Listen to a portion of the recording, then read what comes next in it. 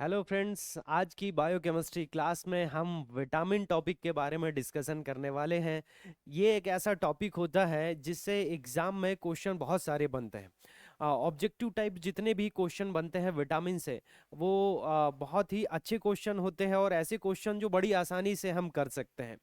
अगर हम विटामिन के बारे में बात करें तो हम इस क्लास में पढ़ने वाले हैं कि विटामिन क्या होते हैं, विटामिन कितने प्रकार के होते हैं, कौन से विटामिन से कौन सा रोग होता है, विटामिन के जो रासायनिक नाम होते हैं, केमिकल नेम होते हैं वो क्या होते हैं। तो सभी प्रकार से जितने भी विटामिन के क्वेश्चन पूछे जाते हैं एग्जाम में, इस वीडियो में आपको पूरा डिटेल मिलने वाला है। तो बने रहिएगा लास्ट तक इस वीडियो में, ताकि विटामिन के बारे में आप पूरी जानकारी अच्छे से समझ सकें। तो शुरुआत करते हैं विटामिन के बारे में, समझते हैं सबसे पहले कि विटामिन क्या होते हैं। मानव शरीर में एक ऐसा सूक्ष्म तत्व होता है, सूक्ष्म मात्रिक तत्व, माइक्रो न्यूट्रिएंट्स होता है, जिसकी मानव शरीर को बहुत ही ज्यादा जरूरत होती है। हम बोलें कि इसकी थोड़ी सी मात्रा जरूरत होती है, लेकिन जरूरत होती है ना। बॉडी में इसकी जरूरत के हिसाब से क्या होते हैं, अलग अलग प्रकार से इसके कार्य होते हैं, अलग अलग प्रकार से इसमें अगर इनकी कमी होती है तो रोग भी उत्पन्न होते हैं। तो अगर हम विटामिन के बारे में परिभाषा के तौर पर बोलें कि विटामिन क्या होते हैं, तो विटामिन आर ऐसे विटामिन ऐसे कंपोनेंट होते हैं हमारे शरीर में जो जीवन के लिए बहुत ही कम मात्रा में आवश्यकता होती है, लेकिन शरीर की वृद्धि और विकास के लिए और हम बोले कि विभिन्न कामकाज के लिए इसकी आवश्यकता होती है। रासायनिक रूप से कहें तो एक ऐसे कार्बनिक यौगिक होते हैं जो हमारे शरीर की वृद्धि और विकास के लिए आवश्यक होते हैं, है ना। इंग्लिश में कहें तो vitamin are component of food which all living beings require in small quantity. Vitamin are essential for growth, development and proper functioning of the body. हमारे शरीर के लिए, वृद्धि के लिए, विकास के लिए और विभिन्न कार्यों के संचालन के लिए विटामिन क्या होते हैं, बहुत ही ज्यादा इसेंशियल्स होते हैं, जिनकी जरूरत होती है। ये क्या होते हैं, बोले कार्बनिक यौगिक होते हैं, है ना। अगर हम बोले कि जो शरीर के द्वारा पर्याप्त मात्रा में स्वयं उत्पन्न नहीं होते हैं, ये क्या होते हैं, विटामिन शरीर में स्वयं उत्पन्न नहीं होते हैं। विटामिन को क्या करना पड़ता है, हमें बाहर से लेना पड़ता है, कि जैसे कि पेड़ पौधों से या दूसरी चीजों से। तो हमें क्या बोलते हैं कि विटामिन शरीर में स्वयं उत्पन्न नहीं होते, स्वयं डेवलप नहीं नहीं होते। ये हमें कैसे प्राप्त होते हैं, बाहर की चीजों से प्राप्त होते हैं, जैसे कि पेड़ पौधों से, हरी सब्जियों से, फलों से, या हम बात करें कि जैसे कि मांस से, मछली से, अंडा से, इन सभी से भी हमें क्या प्राप्त हो सकता है, विटामिन प्राप्त होता है। तो मानव शरीर की वृद्धि और विकास के लिए सूक्ष्म मात्रा में विटामिन की जरूरत होती है। तो हम बात करें तो हम बोलेंगे कि हमारे शरीर में जो होते हैं वो दो प्रकार से पोषक तत्व होते हैं। एक तो ऐसे पोषक तत्व जिनकी हमें अधिक मात्रा में जरूरत होती है, और कुछ ऐसे पोषक तत्व होते हैं जिनकी सूक्ष्म मात्रा में जरूरत होती है। तो हम बोलेंगे इसको इस प्रकार से, जो मुख्य पोषक तत्व होते हैं हमारे शरीर में, मुख्य पोषक तत्व जिनको हम बोलते हैं मैक्रोन्यूट्रिएंट्स, मैक्रोन्यूट्रिएंट्स, ये क्या होते हैं, जैसे कि ये होते हैं कार्बोहाइड्रेट,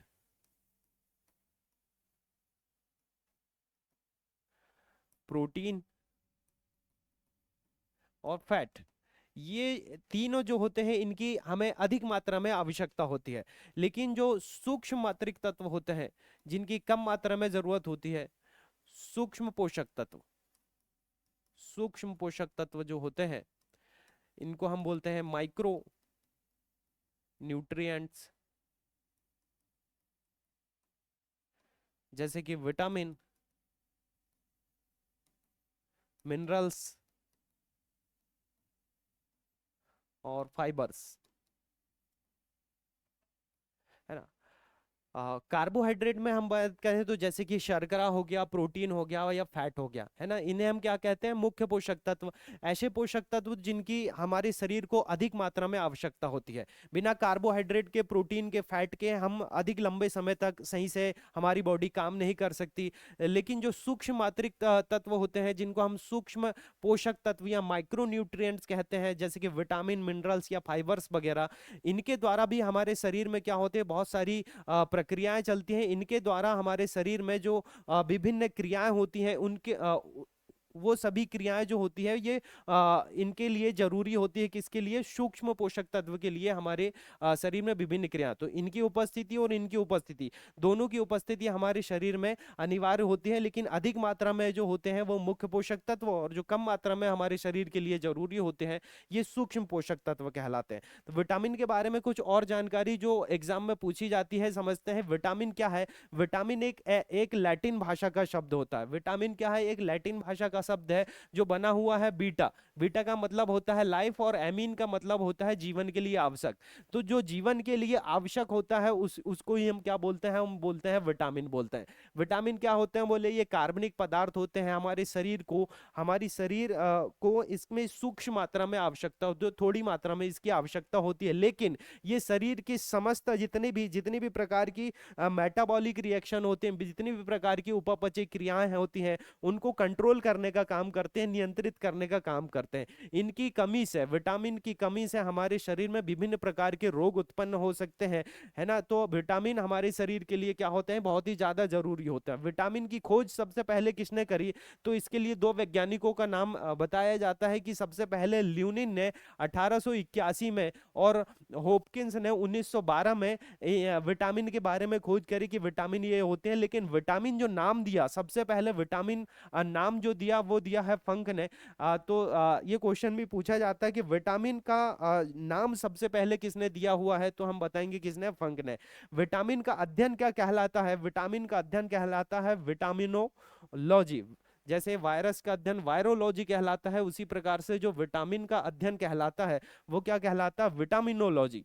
चलिए, विटामिन लघु पोषक तत्व है, जो क्या होते हैं? थोड़ी जैसे हमने अभी पढ़ा, सूक्ष्म पोषक तत्व है जिसको हम क्या बोलते हैं? लघु पोषक तत्व। ये क्या काम करता है? बोले जैविक नियंत्रक करता है, और उपापचय भी, जो मेटाबॉलिक है रिएक्शन होती है उनको भी कंट्रोल करने का काम करता है। विटामिन स्वास्थ्य नियंत्रक होते हैं, लेकिन शरीर का निर्माण नहीं करते। विटामिन जो होते हैं ये हमारे शरीर में कंट्रोल, जो हमारे पास स्वास्थ्य होता है या हमारे शरीर की जितनी भी क्रियाएं उनको कंट्रोल तो करते हैं, लेकिन ये शरीर का निर्माण नहीं करते हैं। सर्वप्रथम जो ज्ञात विटामिन है, सबसे पहला कौन सा विटामिन खोजा गया, ये क्वेश्चन पूछा जाता है। तो सबसे पहला जो ज्ञात विटामिन जिसके बारे में जानकारी थी वो कौन सा विटामिन था? Vitamin C. सर्वप्रथम आश्वित और निष्कर्षित कौन सा विटामिन किया गया? तो विटामिन बी। मतलब सबसे पहले आश्वित डिस्टिलेशन किया गया, है ना, और जिसका मतलब सबसे पहले बनाया गया। सबसे पहले कौन सा विटामिन के बारे में हमें जानकारी मिली, तो हमें ज्ञात विटामिन होगा विटामिन सी, लेकिन बनाया गया सबसे पहले या निष्कर्षित किया गया उसका नाम क्या होगा? विटामिन बी होगा। जीवों में अभी तक टोटल 20 प्रकार के विटामिनों के बारे में जानकारी प्राप्त हुई है, जिसको हमने दो श्रेणियों में, दो कैटेगरी में डिवाइड किया गया है। सबसे पहला तो बोलते हैं हम वसा में विलेय विटामिन और जल में विलेय विटामिन। दो प्रकार से इनकी कैटेगरी को डिवाइड किया गया है कि विटामिन दो प्रकार के होते हैं, एक तो वसा में विलेय फैट सॉल्युबल होते हैं, और एक वाटर सॉल्युबल होते हैं। तो विटामिन की दो कैटेगरी को बनाया गया है। तो सबसे पहले हम समझते हैं एक एक करके। अच्छा, पहले हम डिवाइड करें अगर विटामिनों को, तो विटामिन जो होते हैं वो अगर नामकरण के हिसाब से बोले तो सबसे पहला होता है vitamin A, B, C, D, E और K. Vitamin A, B, C, D, E और के। तो विटामिन को इस प्रकार से हमने नामकरण दिया है, और इन्हीं को हमने क्या कर दिया है? दो प्रकार से डिवाइड कर दिया है कि जो विटामिन होते हैं इनके कुछ होते हैं जो जल में घुलनशील होते हैं, और कुछ वसा में घुलनशील होते हैं।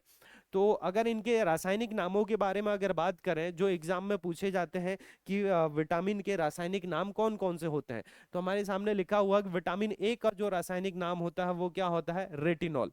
रेटिनॉल विटामिन ए का रासायनिक नाम है। विटामिन सी का क्या होता है? एस्कॉर्बिक एसिड, एस्कॉर्बिक अम्ल जिसको कहते हैं हम।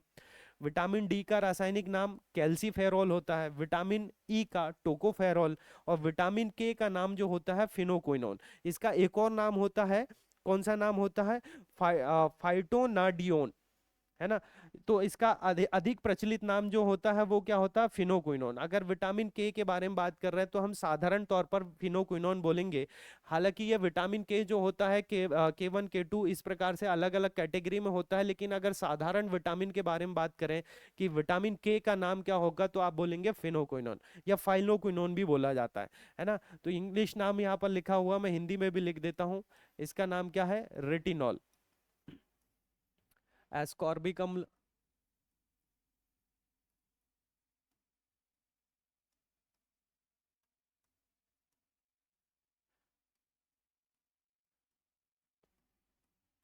कैल्सीफेरोल,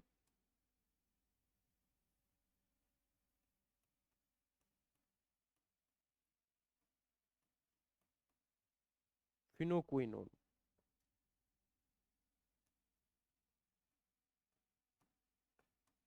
या फाइलोक्विनोन भी इसे बोला जाता है। तो ये कुछ विटामिन के रासायनिक नाम है जो एग्जाम में पूछे जाते हैं।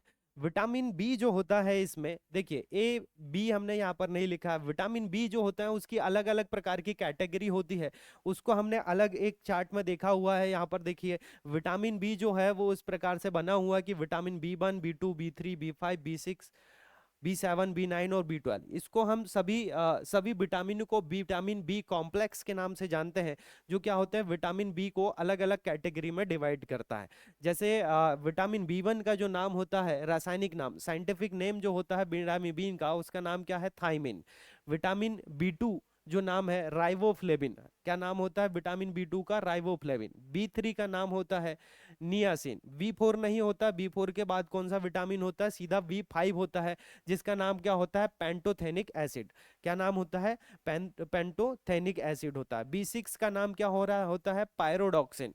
Vitamin B7 biotin. Vitamin B9 का नाम है फॉलिक एसिड। और विटामिन B12 का क्या नाम है, कोबालमिन।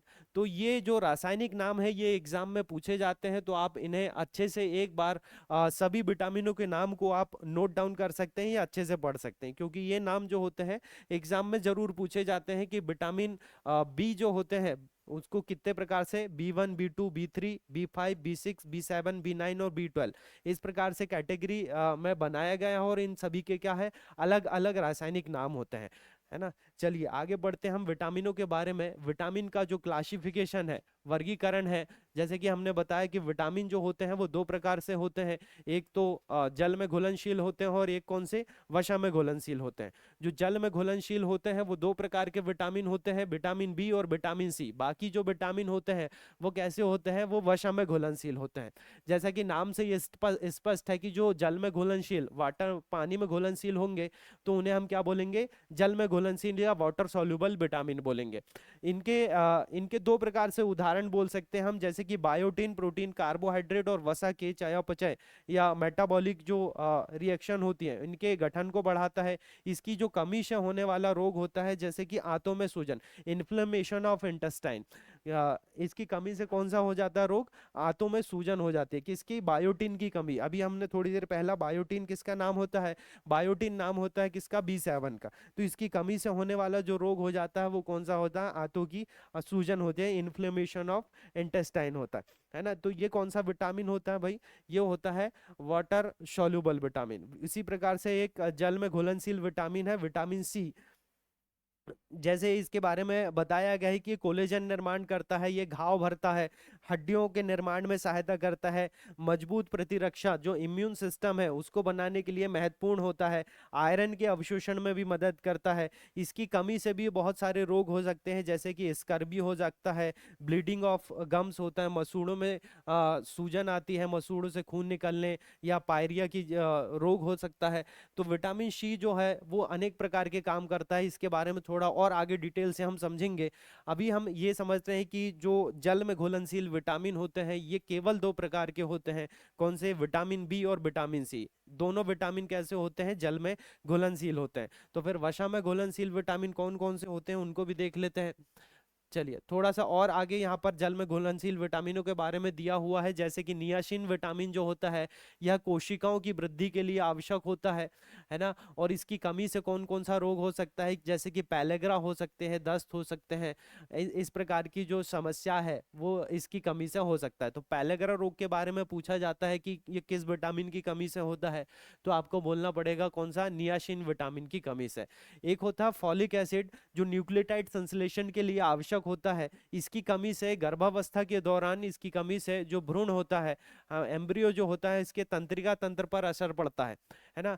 तो हम बोलेंगे फॉलिक एसिड जो होता है ये बहुत ही ज्यादा आवश्यक होता है। जो गर्भवती महिलाएं होती हैं उनको भी फॉलिक एसिड की टैबलेट्स वगैरह दी जाती है पहले से, ताकि जो भ्रूण है, जो एम्ब्रियो बन रहा है, जो बच्चा बन रहा है, वो क्या हो, उसका नर्वस सिस्टम बहुत ही मजबूत बने, है ना। इसी प्रकार से एक और विटामिन है हमारे पास, राइबोफ्लेविन विटामिन, जो शरीर की कोशिकाओं के लिए विकास, जितनी भी सेल्स होती हैं उनके विकास के लिए महत्वपूर्ण भूमिका निभाता है। इसकी कमी से क्या होते हैं, इसकी कमी से बहुत सारे रोग हो सकते हैं, जैसे कि होठों में सूजन आ जाना या मुंह पे दरारें पड़ जाना, तो ये राइबोफ्लेविन विटामिन की कमी से होता है। इसी प्रकार से एक और विटामिन है थियामिन विटामिन, ये क्या करता है, रक्त शर्करा के टूटने के लिए जो एंजाइम का निर्माण करता है उसमें महत्वपूर्ण कारक के रूप में निभाता है। इसकी कमी से बेरी बेरी और वर्निक रोग हो जाता है, जो एक प्रकार का सिंड्रोम होता है। इसी प्रकार विटामिन बी 12 के बारे में बात करें, विटामिन बी 12 जो होता है ये स्वस्थ तंत्रिका तंत्र के लिए विटामिन बी 12 महत्वपूर्ण भूमिका निभाता है ना। और विटामिन बी 12 की कमी से जो रोग होता है, ये तंत्रिका तंत्र जो होता है उस पर प्रभाव डालता है विटामिन बी 12। चलिए एक एक करके अब आगे समझते हैं। अगर आपको इसमें दिखाई दे रहा है कि जूम करें, समझ में आ रहा होगा। चलिए एक एक करके समझते हैं इनके नाम और सोर्स के बारे में। विटामिन ए के नाम पर अगर हम बात करें, विटामिन ए जो होता है वो कहाँ कहाँ पाया जाता है, इनके सोर्स क्या है, और इनकी कमी से कौन कौन से रोग हो सकते हैं, है ना। चलिए पहला समझते हैं। विटामिन ए का जो मुख्य सोर्स होता है वो होता है मिल्क, होता है फिश। फिश का जो लीवर होता है उसमें होता है, टोमेटो होता है, कैरोट होता है, जो है ना। तो इसकी कमी से जो होने वाले रोग होता है, विटामिन ए की कमी से होने वाला रोग होता है, जैसे कि रतौंधी रोग होता है, नाइट ब्लाइंडनेस जिसको बोला जाता है। और इसकी कमी से विकास में भी रुकावट हो सकती है, ग्रोथ नहीं होती है ठीक से। तो हम बोलेंगे विटामिन ए का मुख्य सोर्स क्या है, जैसे कि हम दूध बोलें, या मछली का जो लीवर हो सकता है, या हम बोले कि जो गाजर है वो क्या है, विटामिन ए का मुख्य स्रोत है। पपीता है, ये विटामिन ए इनमें भरपूर मात्रा में पाया जाता है। अब अगर आपको बोला जाए कि गाजर में या पपीता में सिर्फ विटामिन ए है, तो ऐसा नहीं है। इनमें भरपूर मात्रा में पाया जाता है। इनके अलावा इनमें और भी दूसरे न्यूट्रिएंट्स हो सकते हैं, जैसे कि कार्बोहाइड्रेट और प्रोटीन वगैरह। तो इनमें ये भरपूर मात्रा में पाया जाता है, इसलिए ये क्या हो जाए, इनके मुख्य सोर्स माने जाते हैं, मेन सोर्स बोला जाता है। तो हम विटामिन ए के मेन सोर्स क्या हो जाएंगे, जैसे कि मिल्क हो गया, मछली का लीवर हो गया, गाजर हो गया, पपीता हो गया, ये सभी क्या है, इनके मुख्य सोर्स होते हैं। इनकी कमी से कौन सा रोग हो जाता है, तो इनकी कमी से नाइट ब्लाइंडनेस हो जाता है, रात्रि में दिखना कम हो जाता है। रात्रि में दिखना क्या हो जाता है, कम हो जाता है। और इससे क्या होती है, शरीर में भी विकास में क्या होती है, रुकावट होती है। इसी प्रकार से बीमन जो होता है, थाइमिन जिसका नाम होता है, ये इनके सोर्स होते हैं, चावल है, गेहूं है, मांस है, हरी सब्जियां हैं। विटामिन बी 1 की कमी से बहुत क्वेश्चन बनते हैं कि विटामिन बी 1 की कमी से कौन सा रोग होता है, तो एक नाम है इसका बेरी बेरी। बेरी बेरी रोग होता है विटामिन बी 1 की कमी से। और इस रोग में क्या होता है, त्वचा संबंधी रोग होता है, त्वचा रूखी सूखी हो जाती है, और अनेक प्रकार से त्वचा संबंधी रोग उत्पन्न होते हैं, इसको हम बोलते हैं बेरी बेरी रोग। इसी प्रकार से बी 2 है, राइबोफ्लेविन बोलते हैं। ये राइबोफ्लेविन जो होता है ये एग योक में पाया जाता है, लीवर में होता है। इसकी कमी से जो होने वाला रोग होता है, जैसे जीभ में सूजन होता है ना, विकास, पाचन में बाधा करता है, विकास में अवरोध उत्पन्न करता है। इसी प्रकार से पेंटोथेनिक एसिड होता है, जो विटामिन बी 5 जिसको बोला जाता है, ये जौ में पाया जाता है, मक्का में, चावल में होता है। विटामिन बी 5 की कमी से एक रोग होता है, ये बहुत बार एग्जाम में आया हुआ है, कौन सा रोग है, पैलेग्रा रोग होता है। इसमें क्या होता है कि त्वचा की जो रंजकता है, त्वचा का जो रंग है वो थोड़ा सा गड़बड़ा जाता है, त्वचा का कलर अलग हो जाता है। जो हमारी रीढ़ की हड्डी होती है इसमें विकृतियां आना उत्पन्न हो जाती है ना। रीढ़ की हड्डी जो बैकबोन होती है उसमें अनेक प्रकार की विकृति या रोग उत्पन्न होने लगते हैं, है ना। तो इसी प्रकार से अगला विटामिन है हमारे पास बी 6। बी 6 विटामिन जो पाया जाता है गेहूं में, मछली में, मक्का में या लीवर में पाया जाता है। इसकी कमी से मानसिक परिवर्तन हो सकते हैं, वजन ना बढ़ना, इस प्रकार के रोग हो सकते हैं। विटामिन बी 12 पाया जाता है किसमें? अंडे में पाया जाता है, दही में, मछली में, लीवर में। ये इनके मुख्य सोर्स होते हैं। इसकी कमी से खून की कमी या एनीमिया जिसको रोग बोला जाता है, खून की कमी का रोग, जिसको क्या बोलते हैं हम? एनीमिया रोग बोलते हैं, विटामिन बी 12 की कमी से होता है। इसी प्रकार होता है विटामिन सी। ये विटामिन सी जो होता है, ये संतरा में, अंगूर में, नींबू में, हरी सब्जियों में पाया जाता है। जितने भी खट्टे फल होते हैं, है ना, इनमें कौन सा विटामिन पाया जाता है? विटामिन सी पाया जाता है। इसकी कमी से होने वाला रोग, ये भी एग्जाम में बहुत बार पूछा है, स्कर्वी रोग होता है। स्कर्वी रोग से क्या होता है? बोले रक्त स्त्राव होता है हमारे शरीर में। ये जैसे मसूड़े में सूजन आ जाना, या अगर हम बोले कि विटामिन सी की कमी से घाव देरी से भरना, है ना, तो ये विटामिन सी की कमी से होने वाले रोग हो जाते हैं। विटामिन ई किस में पाया जाता है? जैसे कि चावल में होता है, बीज में होता है, सोयाबीन के तेल में, इनमें पाया जाता है। इसमें इनकी कमी से क्या होते हैं? मांसपेशियों की कमजोरी हो सकती है, असामान्य वृद्धि और ऊतकों का जमा हो जाता है। विटामिन ई की कमी से नपुंसकता या बंध्यता जैसे रोग भी हो जाते हैं। इसी प्रकार हमारे पास विटामिन के है, जो हरी पत्तेदार सब्जियों में पाया जाता है, जैसे कि पालक में, फूल गोभी में, और जितनी भी हरी पत्तेदार सब्जियां होती हैं उनमें विटामिन के भरपूर मात्रा में पाया जाता है। इसकी कमी से जो होने वाला रोग होता है वो रक्त का थक्का नहीं जमता। रक्त का थक्का, जो क्लॉटिंग ऑफ ब्लड होता है, वो विटामिन के कारण ही होता है। इसकी कमी अगर हो जाए तो हमारा जो क्लॉटिंग है, रक्त का थक्का है, वो सही टाइम पे नहीं जमता है। विटामिन के बारे में हमने एक एक करके समझा कि किस विटामिन की कमी से कौन सा रोग होता है और इनके कौन कौन से ये रासायनिक नाम होते हैं। चलिए आगे, विटामिन सी के बारे में बहुत क्वेश्चन बनते हैं एग्जाम में, इसलिए हमने विटामिन सी के बारे में थोड़ा सा और डिटेल बताया है। विटामिन सी का जो रासायनिक नाम होता है वो क्या होता है? एस्कॉर्बिक अम्ल होता है। इसे क्या होते हैं? एंटी स्कर्बिया, एंटी वायरल या anti cancer, anti rabies vitamin भी कहा जाता है। देखिए इसके कितने सारे नाम हो जाते हैं। इसे क्या बोला जाता है? एंटी स्कर्वी, क्योंकि स्कर्वी रोग से बचाता है। एंटी वायरल या एंटी कैंसर भी बोला जाता है, क्योंकि वायरल डिसीज से भी बचाता है। एंटी रेबीज विटामिन भी इसे कहा जाता है। यह सामान्य हृदय धड़कन के लिए विटामिन के रूप में जाना जाता है। यह घावों को शीघ्र भरने के लिए सहायक होता है। अगर हमारे शरीर में घाव हो जाते हैं तो उनको भरने के लिए विटामिन सी का उपयोग किया जाता है। हीमोग्लोबिन निर्माण में भी सहायता करता है।